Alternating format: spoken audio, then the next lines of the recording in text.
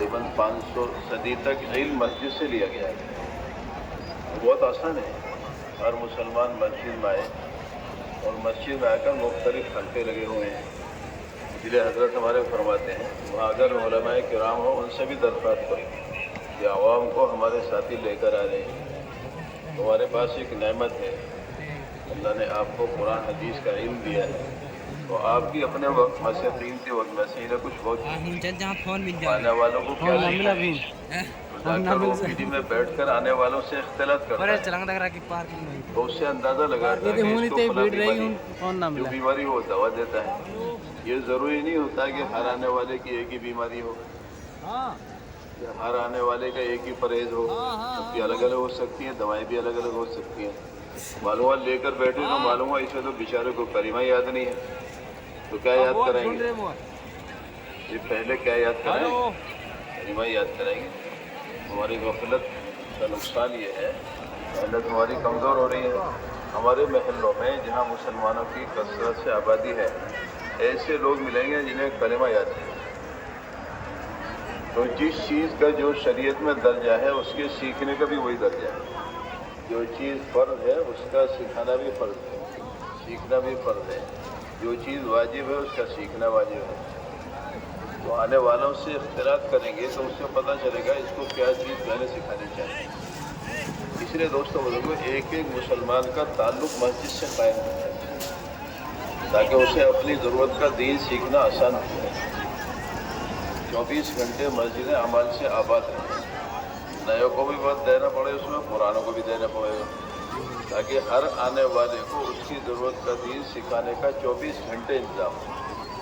وقت متعین نہیں ہے اس کا 24 گھنٹے، اس لیے کہ اپنی فرصت کے اعتبار سے سب الگ الگ ہیں. جو صبح میں فارغ ہیں وہ صبح میں مسجد کی آبادی کے لیے فارغ کریں، جو دوپہر میں فارغ ہیں دوپہر میں، جو شام میں فارغ ہیں وہ شام میں کریں، اور جو رات میں فارغ ہیں رات میں کریں. کیونکہ مختلف اوقات میں اپنی فرصت کے اعتبار سے بیٹھے ہوئے رہنے والے، تو جس کو جب موقع ہے اس کی ضرورت کے دین سیکھنے کا وہاں انتظام ملے اسے. تو ہر آدمی اپنی ضرورت کا دین سیکھ سکتا ہے. تاجر تجارت کا دین سیکھ سکتا ہے، ملازم ملازمت کا دین سیکھ سکتا ہے، کسی کے پاس عہدہ منصب ہے تو اس کا بھی دین سیکھ سکتا ہے. حضرت رسول پاک صلی اللہ علیہ وسلم جو دین لے کر آئے ہیں اس میں ہر چیز کا طریقہ ہے. اس طریقے پر اس کام کو کیا جائے گا تو وہ بھی دین بنے گا. اس لیے ایک ایک مسلمان کو خوش آمد برآمد کر کے اس کا تعلق مسجد سے قائم کرنا ہے اور تعلیم میں اس کو بٹھانا ہے پہلے، تاکہ حدیث قرآن کے حلقے میں بیٹھ کر اس کا دل نرم ہو جائے.